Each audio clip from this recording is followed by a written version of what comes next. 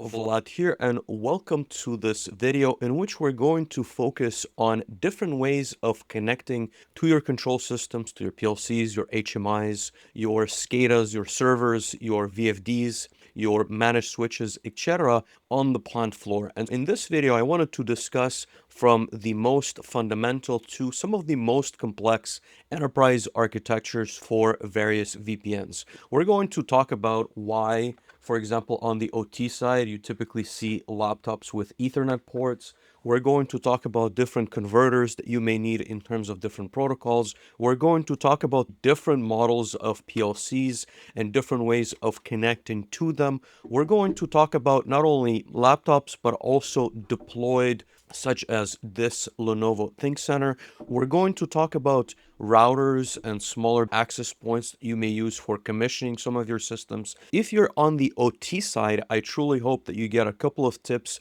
when it comes to connecting and working with some of your equipment, either in-house or perhaps as a contractor or systems integrator. On the IT side, I hope that you learn to appreciate some of the requirements of the OT side, as well as the challenges that the engineers and managers will usually face.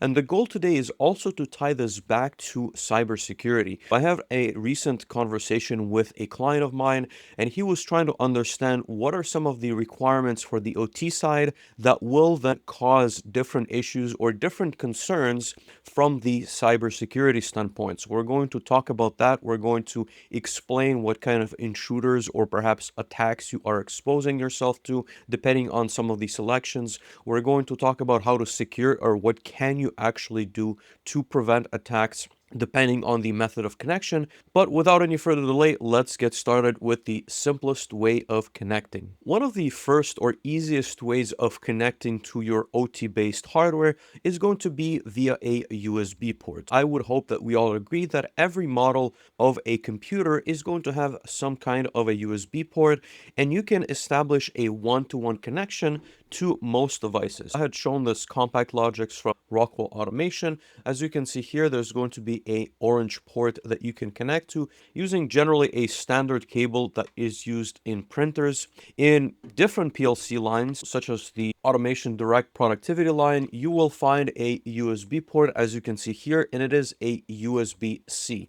And you will have everything and anything in between. You're going to have different types of USB cables, and that is one of the reasons why you will typically see control systems engineers or technicians carry a bag filled with different cables. You never know what you can end up with in the field. What are the pros and what are the cons of connecting via USB? The pro is that you can, generally speaking, establish a one-to-one connection. You know exactly what you're connecting to, and you don't have a risk of, when you're downloading or uploading, going to any other device. This connection needs to be established in person. This is not something that you can remote into without any intermediary hardware. And if you're going to walk out on the plant floor, you're going to simply plug in on the USB port on your laptop or on your machine, and you're going to run that single cable to the PC. What are the cons? The cons are, number one, not every piece of hardware is going to have a USB port. Here's an example from the Siemens S7-1200 G2 line.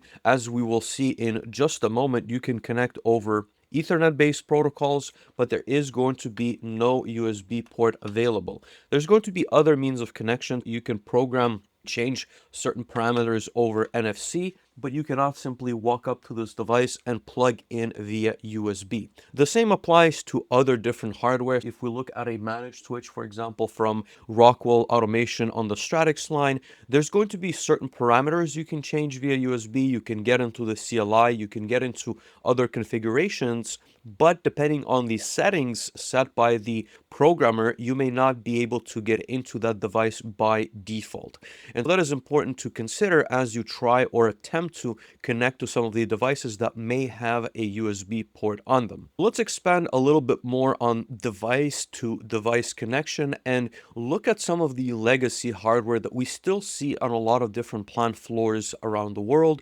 And that's going to be talking from going from the USB port on your laptop or your computer to the device. And what I'm talking about are going to be different protocols that allow you to convert from that USB protocol into RS-232, RS-485, so on and so forth. What are the advantages or disadvantages of going that route? As I've mentioned before, if you're in the field, your bag now starts to get heavy. You're going to have multiple cables, different converters. I've been in situations where I had to splice the cables. You simply cut the cable with scissors and you're going to twist the appropriate wires to make sure everything. The connectors are going to be different. There's always a joke in our industry that you start having a stack of connectors where you're going from USB to parallel port to DB9 to, like I said, RS-485. There's going to be a lot of variation. You need to be ready to be able to convert from that USB port into that specific protocols. The challenge on that side is also drivers. A lot of times those ports will be compatible with certain versions of your operating system. If you're running in older Windows, you can probably install some of those drivers. They may not have been updated depending on the chip of the manufacturer that has the converter. It is sometimes troublesome to make sure that those adapters actually work. The OEMs will generally sell those adapters, but for some of the legacy hardware, if you look at PLC 5s, they're going to have a proprietary, let's say, Data Highway Plus protocol. The converter for that specific connection is going to be relatively expensive if you buy the original one, and is going to be difficult to get to work if you buy something aftermarket. From a cybersecurity or general security of the facility standpoint, it is difficult to get inside of this type of hardware without having physical access to it, because you need to run physical cable from your laptop into the device in order to be able to do any harm to the machine. Therefore, unless the person actually goes onto the plant floor unnoticed, is able to open the electrical cabinet, is able to locate the physical device, has the right cable, has the right software, and is able to some extent infiltrate the facility. Generally speaking, it will be very difficult for someone to maliciously attack your facility otherwise via a USB to device connection. The second way, or the most popular, I would argue, to connect to your devices is going to be via Ethernet. And that is one of the reasons why a lot of the control systems engineers will prefer a laptop that has a native port they can use to connect to some of the plant hardware. When you talk between IT and OT, usually there's going to be some disagreements in terms of the engineering workstation that will be issued to the plant personnel, because they need to be able to configure that port for the right settings they can access the device. And I've done an entire series on IT and OT networking. If you're curious, there's going to be some fundamental settings that you will understand on that side. To circumvent that problem, you can purchase one of these USB dongles. On the first side, you have a standard USB. On the other side, you have an Ethernet adapter. You can simply set the IP address as well as the subnet mask of the dongle to connect to your device, and it makes it easier to commission as well as to work with some of the OT equipment. In terms of what kind of devices you can connect to over an Ethernet-based protocol, and it's important to understand that I'm saying Ethernet-based to create an umbrella term over something like Profinet or Profibus, as well as Ethernet IP, that are proprietary protocols that you can encounter in various different regions. In this case, for example, we have a compact Logix. As you can see here, I have two ports on the bottom that will allow me to plug in, very similar to the previous model of compact Logix PLCs as well. We have two ports on the bottom. They are similar, but there's going to be a couple of differences, which we are going to talk about in just a moment. On the productivity PLC side, it's important to note that if you look at the label here for the port on the front panel, this is actually an RS-232 and RS-485 port, and you can use that to talk to some HMIs or other peripherals. But what you have on the bottom is your two Ethernet ports. It's also important to pay attention to what you're plugging into. If you're talking about a laptop, but even a VPN-based machine, you have that little port right above the antenna in this case that you can connect to as well. And this goes for most modern OT-based devices. You have the same on your switches, Here's an example of a Moxa switch. So if you want to set this up, you will have access to the ports on that via an Ethernet-based protocol. The same goes for the S7-1200 G2 PLC. We have the 2 ports on the top. The same can be said about the different IPCs. Here I have a Phoenix Contact as well as a Siemens IPC that runs Industrial Edge. A lot of different examples. The same goes for VFDs, usually HMIs, on and so forth. As I've mentioned a little bit earlier, there's going to be exceptions. Some of the legacy hardware is going to talk over those RS-232 or S485 protocols and would not have an Ethernet-based port. In a more practical sense, how do we establish this connection? And I have various other videos in which I've configured both the port as well as the PLC in various tools to be able to communicate between each. But all we're doing is we have a laptop, we have the field device, right? This is going to be PLC, and we are running a cable from the Ethernet port into the Ethernet connection of our device. What are some of the challenges or drawbacks of going this route? Number one, if your PLC is in production, the chances of it being just a standalone device is relatively small. If you're working with a small machine and perhaps you have a couple of I/O points, then that could be the case. But generally speaking, your PLC will be often tied to an HMI. It's often going to be talking to different VFDs or servo drives or remote I/O, thus making it impossible to simply plug in to the only port that is currently used. And this could go to the HMI and via, let's say, a switch may go to other devices. And you will have a machine that has connections from the PLC to the HMI and other devices. In that instance, you can plug in to the switch if there is one, and you can access the devices within that specific subnet. And this is where some of the challenges may arise, especially for new engineers, those that don't have enough experience on the plant floor, because now you are exposing your ability to connect to the right device to production ready equipment. It is fine in a lab environment, or it is fine when you're commissioning a single PLC to just go direct to the PLC without any issues. But in this case, you're able to speak to all of these devices. And you can run into problems if you cause too much traffic or if you prevent certain functions to work. This is common when you have safety circuits that are going to be on Ethernet-based protocols. But generally speaking, it happens that an engineer that is connected to a switch writes the program to the wrong PLC, thus overriding the existing program and also bringing down production. Now, the problem, and I guess there's a couple of ways we can discuss this, is solved by, as I have shown you before, you have devices now with multiple ports. And in most instances, you will have your PLC that will have one port dedicated to the local subnet and one port dedicated to the plant network. Now, depending on the actual architecture of your PLC, some devices like this older model of the compact logics is going to have both ports on the exact same network. If you have switch and you have both of these ports on the PLC, it doesn't matter if you plug into one of the ports on the switch or if you plug into the open port on this specific PLC model. This is very common in drives as well. It's common in other devices, but if you're buying a newer model, it might be different. The configuration, for example, for the newer compact logics series is that both ports are separated. Now you have a port that's dedicated for that private subnet that you can use for the devices directly tied to the PLC, and the other port is going to be used for the plant. And we're not going to get into why that is needed, but with that specific PLC, you can read the little opening. It will tell you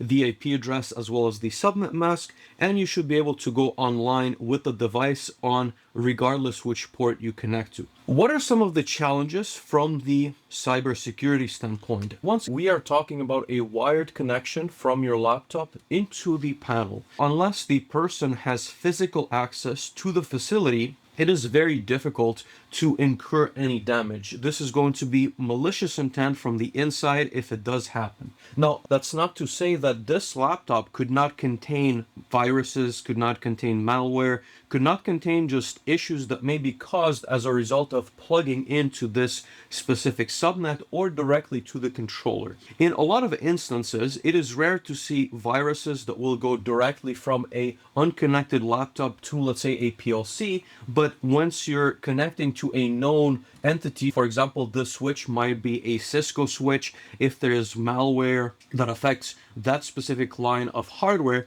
it may go and corrupt the OS at that instance. If you have other devices, for example, if you have a Windows, let's say XP machine somewhere here that is also connected, that is doing a quality inspection, it is possible that there might be some cross-contamination from the person connecting with that laptop to the device. Why is this necessary? As we will see a little bit later in this video, in most cases, when you're working on the plant floor, you need to be able to see the machine and you need to be able to go online with the controller to troubleshoot the issue. And oftentimes, for example, in the world of Rockwell, you will connect with Studio 5000 and you will watch the tags change on your PLC. Similarly, this is also a function on TA Portal and many other tools in our industry. It is impossible to an extent to troubleshoot the system that contains a programmable logic controller, HMI, without actually directly connecting to it.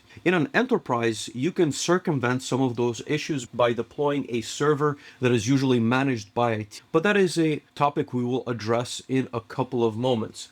In terms of also physical requirements, right? When you're working with these systems, and this is a joke in our industry, you will get a bucket to sit on. You will be handling some of the programming on a laptop in an environment that is not necessarily laptop friendly, but also could put you at risk in connecting to some of these devices in the field. We'll talk about some of the strategies that you can actually remote into these types of panels without needing to have to sit on the plant floor in potentially dangerous environments for a prolonged period of time. Now, wired connections are fine, but usually when you're commissioning or when you're working on large-scale equipment, it is much more preferable to have a wireless access. This is something that engineers will usually deploy during the commissioning phase before a lot of the architecture able to be put on a proper IT-based network and thus be accessible via a server. Now, a lot of these get also left in the field. It is important to take note,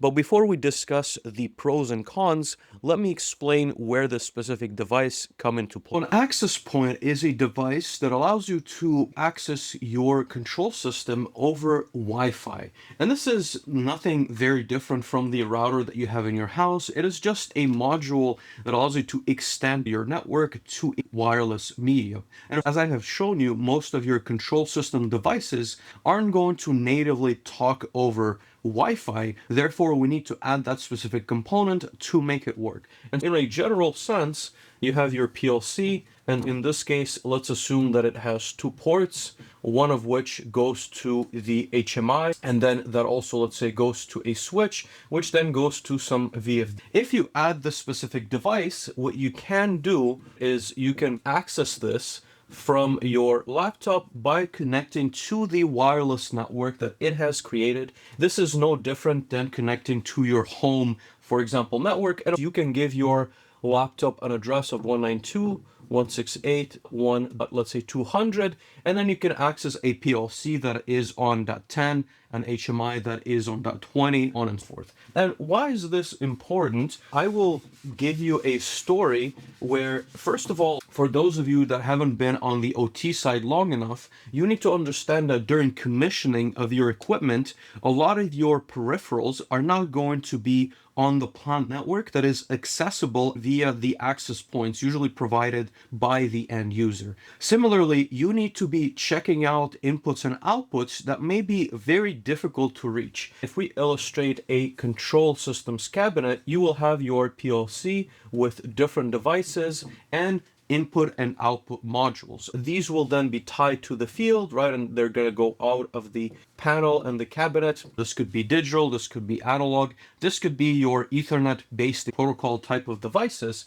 But the point here is, and in my case, a couple of years ago, I had to commission a very large bin storing system. And imagine massive tanks. There were a total of 5 of them with a hopper at the top with a puck-based conveyor. Imagine just a string of pucks going through on top of the specific bin, and there's a discharge with a valve that can be open or closed. So there's going to be a proximity switch on either side. It also has a way to actuate the valve. There's a pneumatic cylinder that has air hoses going to it that will actually open and close the valve, and you also have some safety circuit that would check that the valve is actually closed.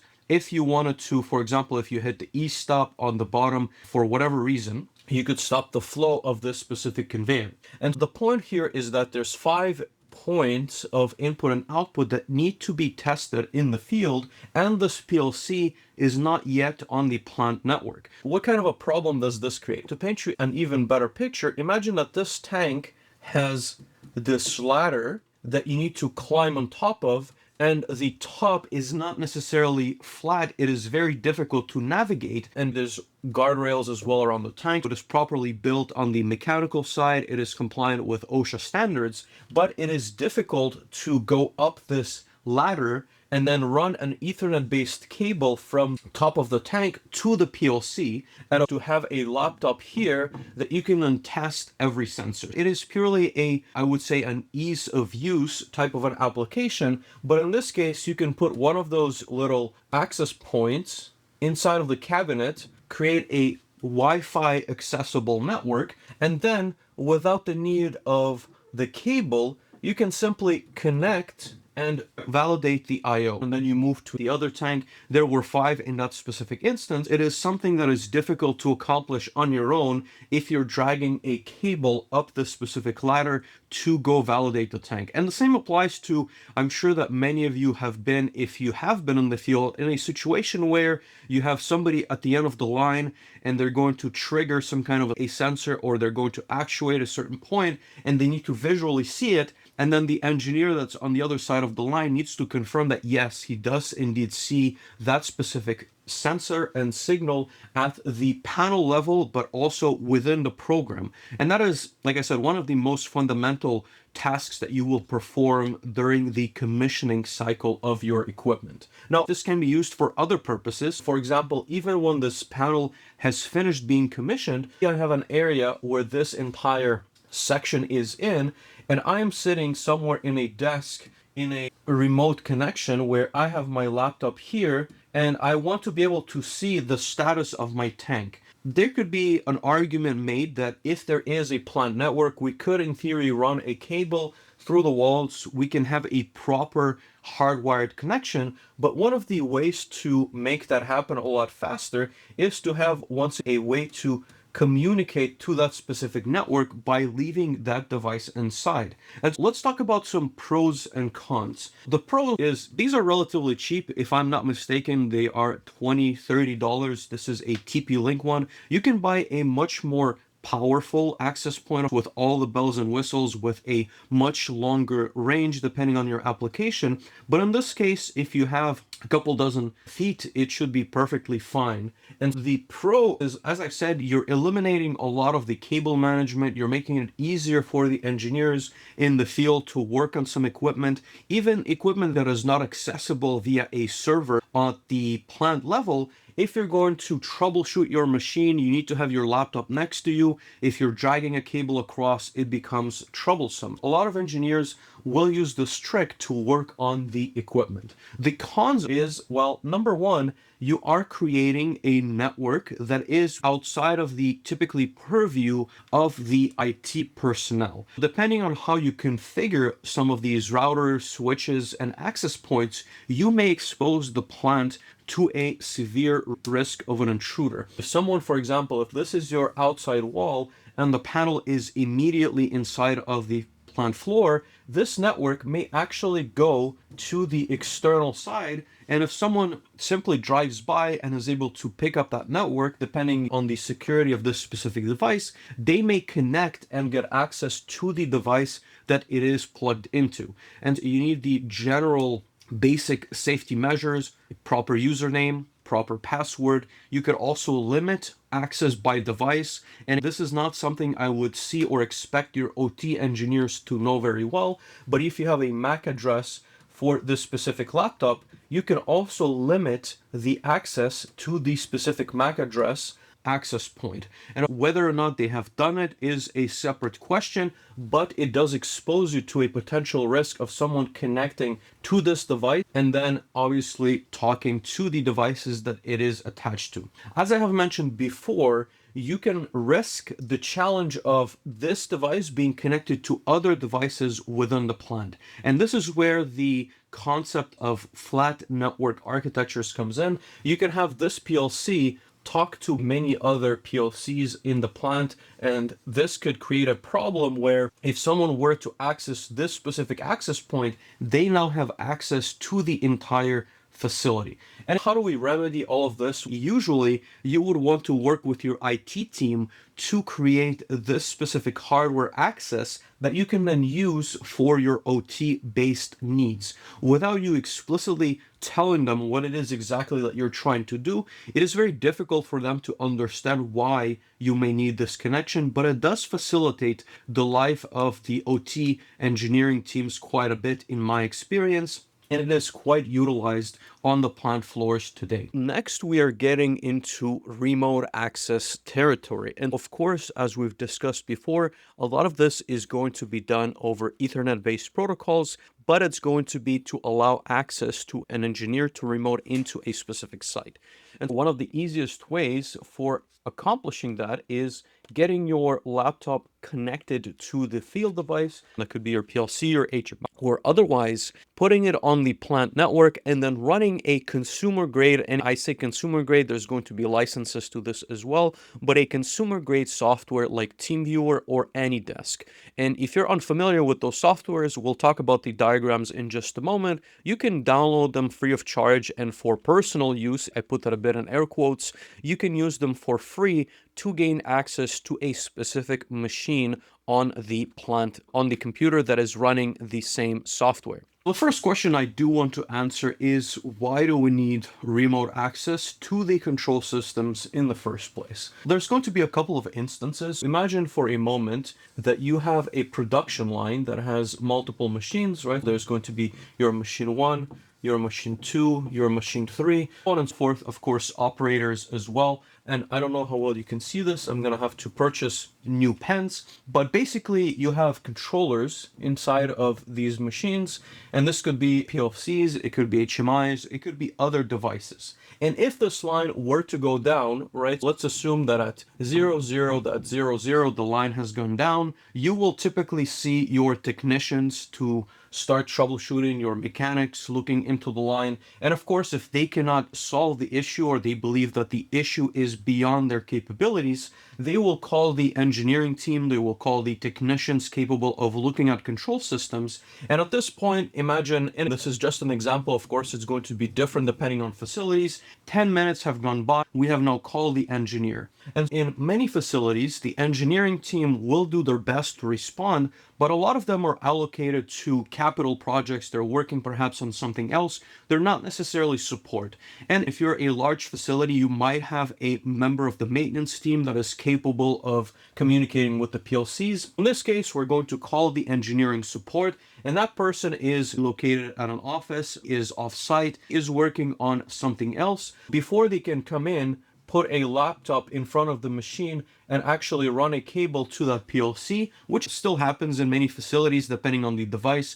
They need to be able to see the machine. They need to be able to plug into a grace port right on the front of the electrical panel. This may take, let's say, 20 minutes. And now you have basically incurred 20 minutes of downtime simply because of the delay it takes from that person to actually get connected. Of course, they're going to grab a seat somewhere, set their laptop, also look at the machine, ask some questions. Whereas if you have remote access, they may have been immediately able to go online, provided they have the right files, provided they have the right IP addresses, they know the process. They may have been able to remote in from wherever they are. They're even on vacation and you give them a call because this is an emergency. They simply connect through their ISP. And I'm going to illustrate this as there's the cloud somewhere connection to the facility. this goes to this cloud, and of course there's going to be a way to talk to that specific device, and so they're able to shorten that time from 20 minutes to response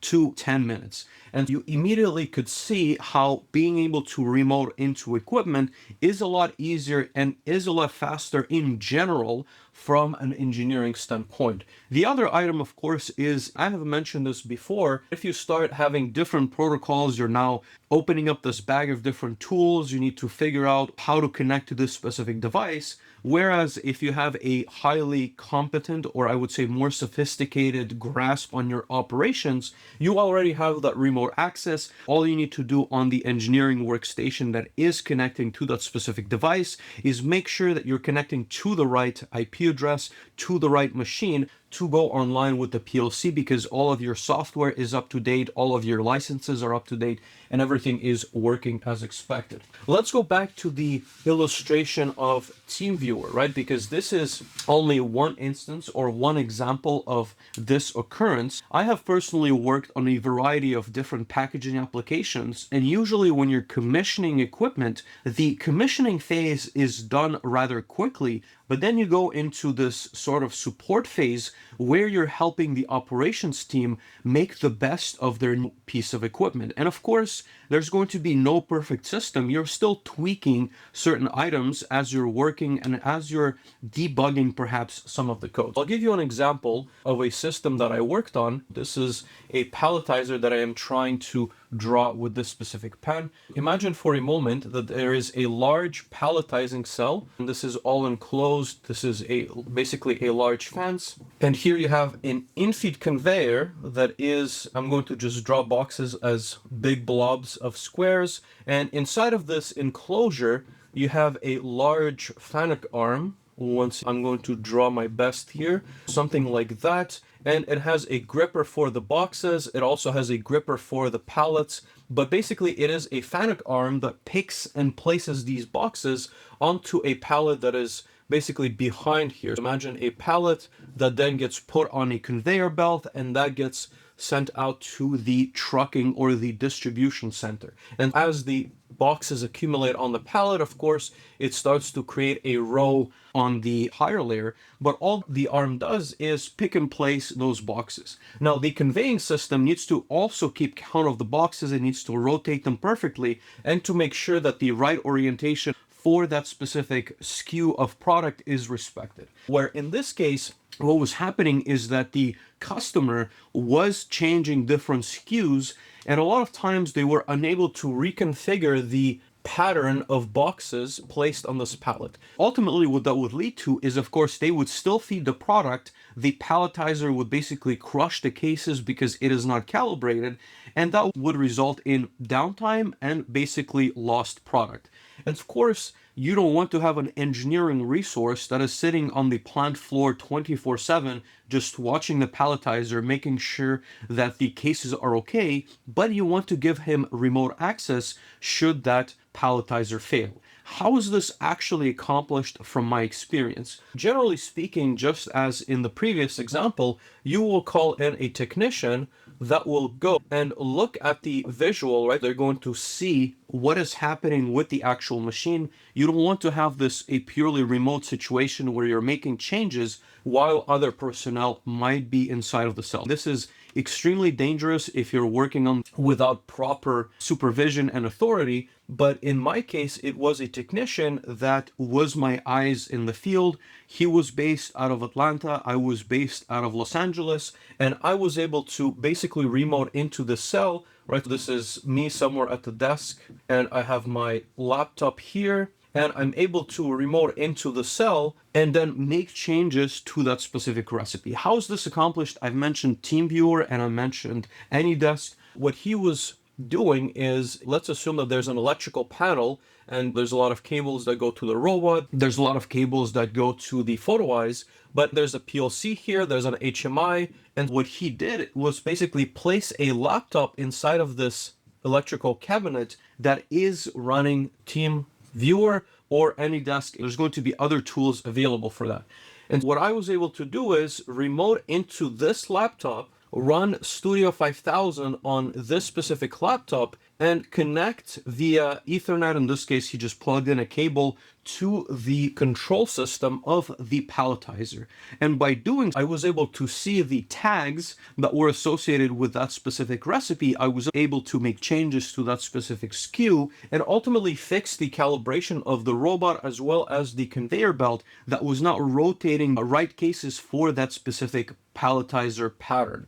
And of course, he needed to supervise to make sure that the machine starts appropriately, the machine stops. If there's a crash, we need to push the e-stop button, and then we can resume operation once everything is cleared. What are the pros and cons of using these types of solutions? Number one, of course, the pro is the fact that I'm currently in LA and this Palletizer was in Georgia. It allows someone to remote in and troubleshoot and basically not have to fly out, which would have taken at least a day each way, plus the cost of having that resource for at least 3 days is going to be minimized. The facility saves time, saves money, and ultimately is allowed to continue to run with the personnel that is on site. Now, the cons, of course, are there's going to be a couple of cons. Number one, you need to be very careful on the mechanical and process sides when remoting into these systems. Control systems are not mobile applications that you can simply make changes to,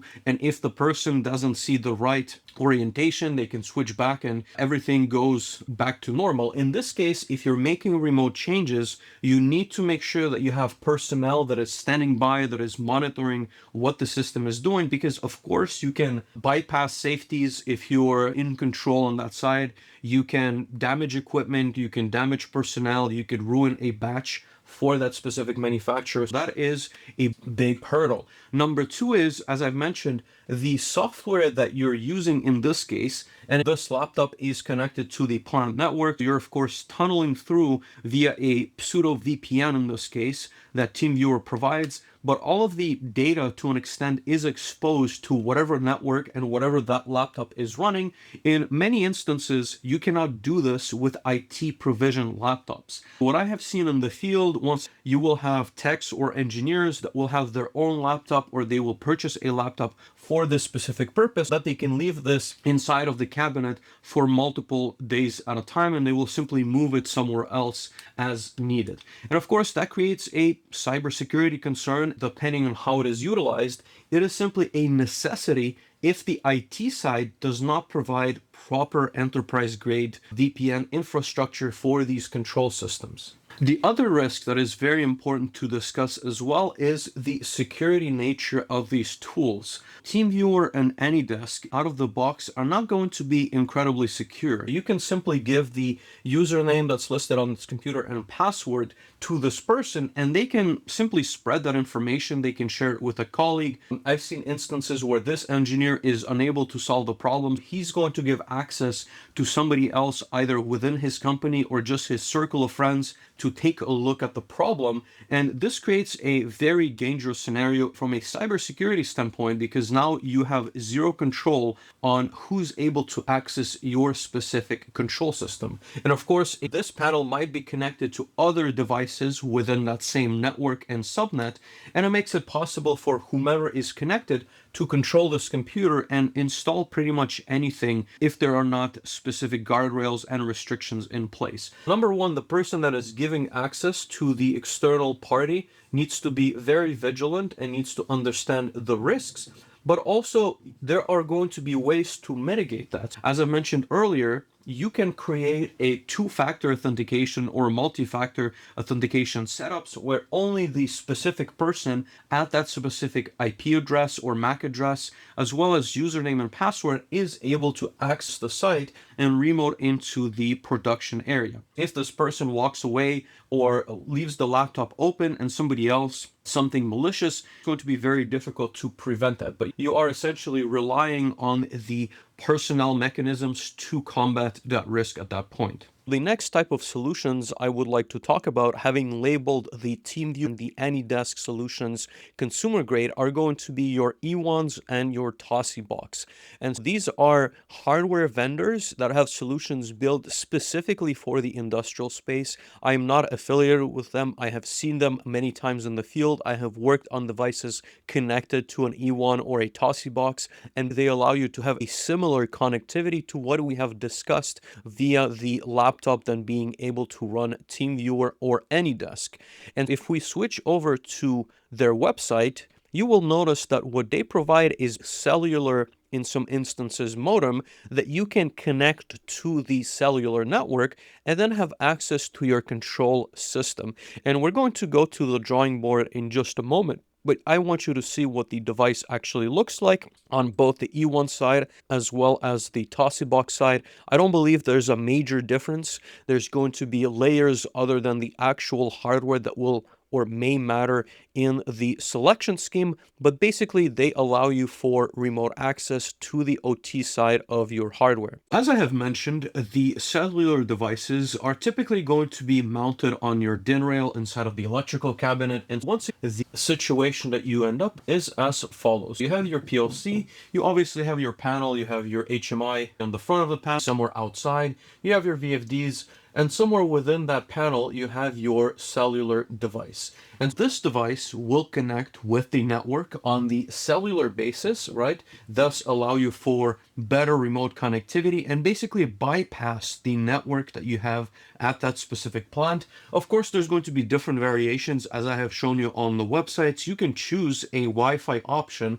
that will just go on the plant network, even on the guest network before the plant network is connected, and allow whomever is connected to access your PLC, your HMI, and whatever else is within that subnet. As you have seen in the images, perhaps there's multiple ports on these devices. Therefore, you can also configure different access. You can restrict and allow different devices to be accessible to different people depending on their user access. When is this utilized? As I have mentioned, a lot of it is done during the commissioning phase. Once you bring new equipment in, it is very difficult to figure out the answers to all of the issues. It is often necessary to release updated software to some of these components. It is important to see these systems in action, and a lot of times you do not have the capability of sending or having the software programmer that has designed a system on site for the commissioning phase. You're going to have a team of engineers. It might be multiple, it might be a single one.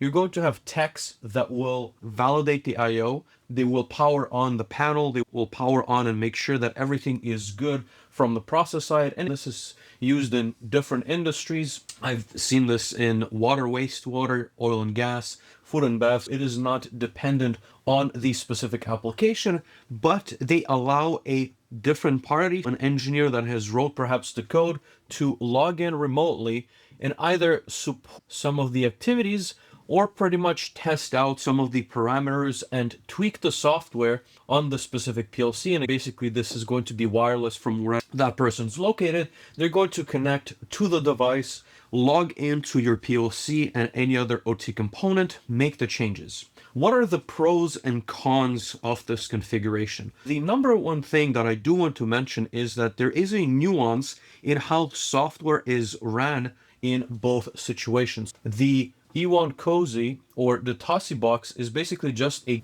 gateway, and it does not actually carry the software needed to program those components. And that is an important nuance, because then the engineer that's remoting in is the one responsible for, let's say, the Studio 5000 license, the TIA portal, right? TIA portal. It could also be Factory Talk View, FT View, E or SE. They basically have the software on their laptop and they are remoting in through the gateway into the devices. And why is this an important nuance? Number one, If you run the laptop, as we discussed a little bit earlier, the software runs on the laptop inside of that panel, meaning that it has a much more stable connection within that specific network. I have had multiple conversations with engineers that simply get too frustrated because the network is unstable. Now, of course, this depends on the area that you are in. It depends on the cellular connectivity of the provider that you're using. It depends on the type of plan you might be using.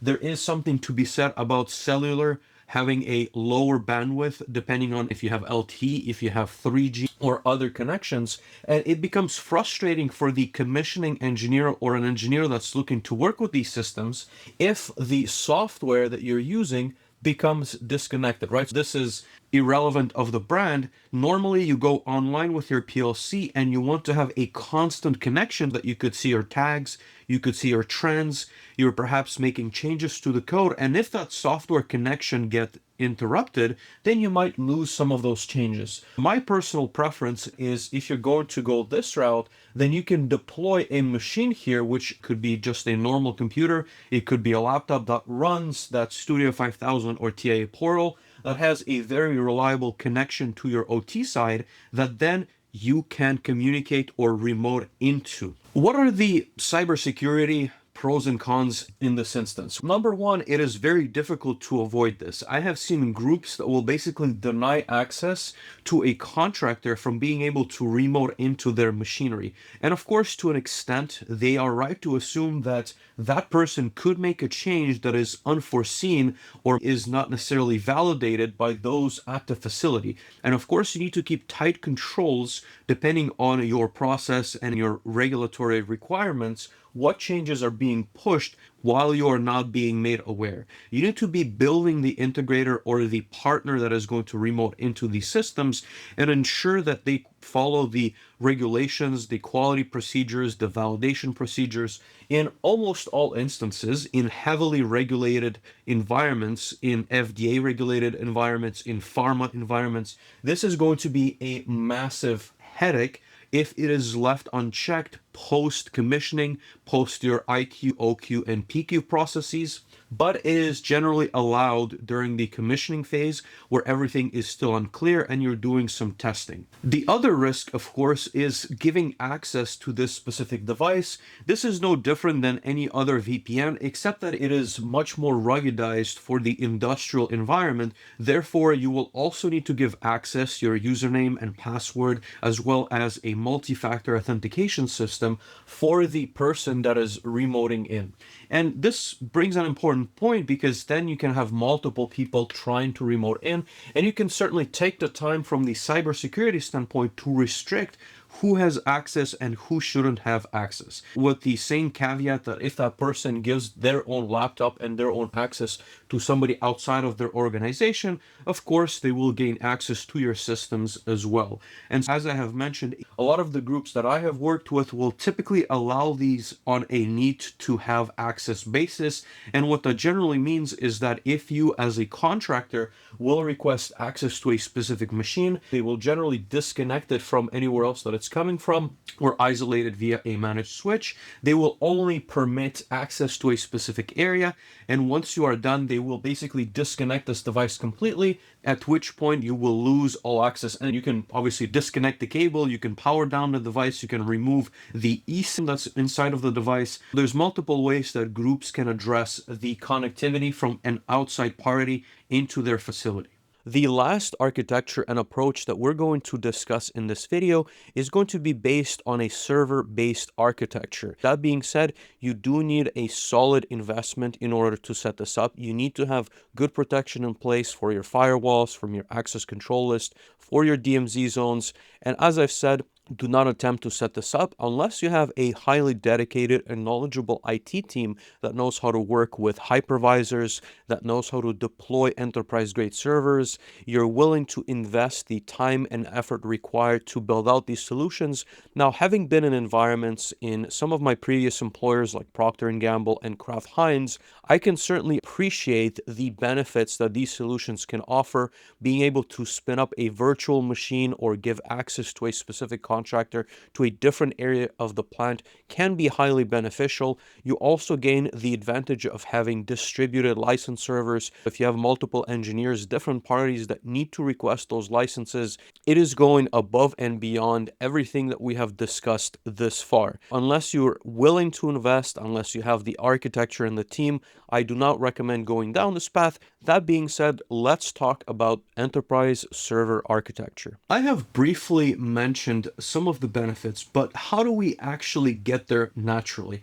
And I don't want to take a full step back and talk about completely unautomated manufacturing, but at some point when you have multiple production lines, you will generally see that the machines that you're going to operate are starting to need to be connected, and basically you're going to see some interlocks between those machines, right? This machine is producing, it sends the signal back and forth, and you start having, generally speaking, an unmanaged flat network across your facility. As your needs to produce more increase, and this can be driven by your or continuous improvement teams, this could be driven by the plant manager and the investments being brought in by, let's say, a director of operations. Generally speaking, as you start to produce and automate more of your equipment, you will want to have what's called a SCADA. And I have a full dedicated video on what a SCADA is and what the SCADA accomplishes, but ultimately your SCADA is going to live on, and generally speaking, on servers. And the reason for that is, of course, your SCADA needs to connect to your entire network. It needs to have a historian. It needs to be able to present information on web applications, basically deploying a SCADA to your manufacturing line, right? And here I'm going to draw some network connections from this server rack into the different areas of your manufacturing facility. But at this point, your facility is connected and is on the network for, generally speaking, SCADA and MES purposes. This depends on your contractor, this depends on your needs, but you're starting to see these not only switches, but you also start to see servers that run the actual software that is capable of pulling the data, but also storing the data and presenting the data back to the operators, the supervisors, the managers, and the executives. This is the stage where remote access becomes a lot easier to deploy if you have this infrastructure in place. From a hardware standpoint, you need to have a server that is capable of installing some sort of a virtual machine managed, and this could be your Proxmox, which is an open source tool. This could be your Hyper-V from Microsoft. It could also be VMware, but ultimately what these tools allow you to do is to create a layer where you set up virtual machines, VMs, that run some of the software needed to program your OT systems. And what does that actually mean? You can have your Studio 5000, you can have another VM that has TIA portal, you can have other VMs. This is going to depend on the services and needs you would like to store the or have the repository of the different software on your different devices. And at this point, you have FactoryTalk Asset Center, which is going to be a Rockwell solution for version control. But ultimately, the possibilities to create virtual machines that contain the software needed to program your OT equipment is managed by the server that is ultimately managed typically by the IT team from an infrastructure standpoint, but by the OT side when it comes to some of those tools that they may need. And generally speaking, if we're looking at the architecture of the facility, you obviously have access from the server to your OT plant floor. And we're not going to get into all these specifications of firewalls and, as I mentioned, DMZs that needed to be created, but what you can allow here is a connection, and this connection needs to be secure to the outside world, and I'm going to label that as your ISP, from which other people can now remote into these virtual machines from their laptops. If I'm outside of the facility, this is going to require multi-factor authentication. This is going to generally restrict to a specific user, to a company issued laptop, but I can remote in through the ISP into this virtual machine from which I can then access a lot of my OT infrastructure. And what is the reason, or what are some of the advantages of going this route? I've already mentioned a couple of them, but let's reiterate. Number one, I have pre-installed all the software that's necessary. In general sense, obviously, you need to purchase the hardware upon which those virtual machines run, but I can spin up a lot of different clones. If I need Studio 5000 version 20, but I need version 26, version 32, I need RS Logix 5000 of version 18, and it becomes troublesome. And this is a side note in the world OT, but sometimes you need a different machine that can allow you to run, for example, RS Logix version 18 versus version 10 versus version 17. And now you have provisioned an environment that allows you to create an ease of access for your engineering team. They can also remote into the same server from the on-premises, right? If they're sitting perhaps on the second floor of your facility, they can simply remote into the virtual machine that they need. They open the virtual machine, they log in with their credentials, and they can access, for example, the PLC that's running on this line 1, machine 1. Similarly, you can also preload software that might be needed for other peripherals that are also on the network. In many cases, if you are a contractor, if you're looking to remote into a specific device for a project that you have been doing or commissioning, once the device is installed and is put on the network, all you need is access to the specific virtual machine to be able to access that device. And this is very common when you have large enterprise solutions. I have commissioned multiple lines where the line needs to first connect to the network. Then we would have a specific engineering workstation from which I can then connect to any device. And of course, I would need to work with IT to make sure that all of the team members have access to that specific virtual machine, that the right software and tools are installed in that virtual machine, and they can simply re-image the machine as needed. They can create clones, and that is getting into the whole area and space of virtualization. But to take a step back, what does this generally cost? I think this is a very important question to answer. A lot of the other solutions that we've looked at are very inexpensive in the grand scheme of things compared to this enterprise architecture.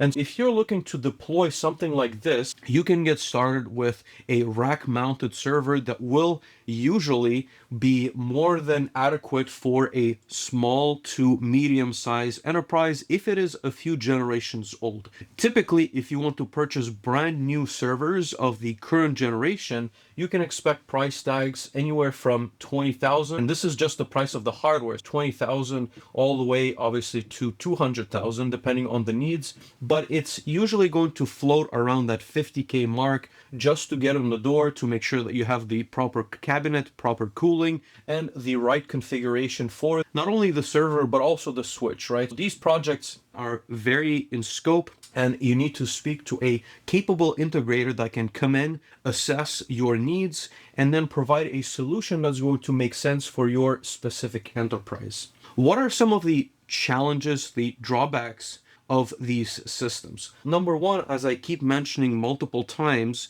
if you're going to deploy a proper server architecture at any one of your facilities, you better have IT or someone that understands IT very well, either locally or at least on call, that can remote into these solutions and be able to look at the traffic, be able to configure the hypervisor, be able to look at the virtual machines, be able to clone the virtual machines, be able to resolve some of the networking issues, right? Because now you have managed architecture underneath, usually that server that will connect to all of the components.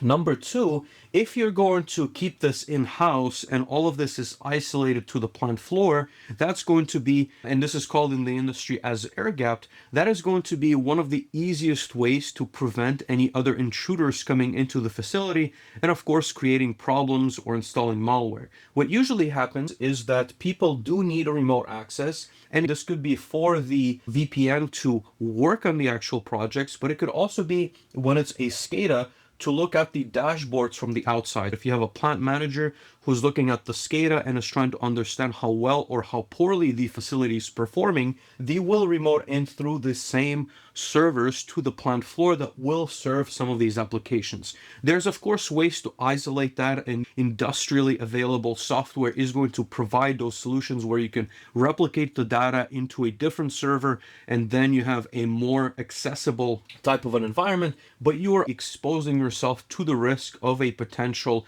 intruder. You also need to manage your vendors and contractors. I have seen many instances where a lot of the keys and virtual machines are spun up and created for a specific entity, and none of that gets cleaned up, right? You have a table of access, and this is going to be your users, your password, their, of course, level of access. And in some instances, manufacturers will grant admin rights to whomever is connecting, and rightfully, but ultimately they need to have a schedule upon which they validate, is this contractor still working on the project? Can we revoke the access? Do they actually need admin rights, or can they be some kind of a supervisor or manager? Do they need access to the entire production area, or should it be limited to just a set of VLANs or IP addresses or subnets? There's going to be a lot of architecture that goes into this. This is something that is not to be taken lightly, and it is something that requires a fairly significant investment, not only of money, but also in time, in deployment,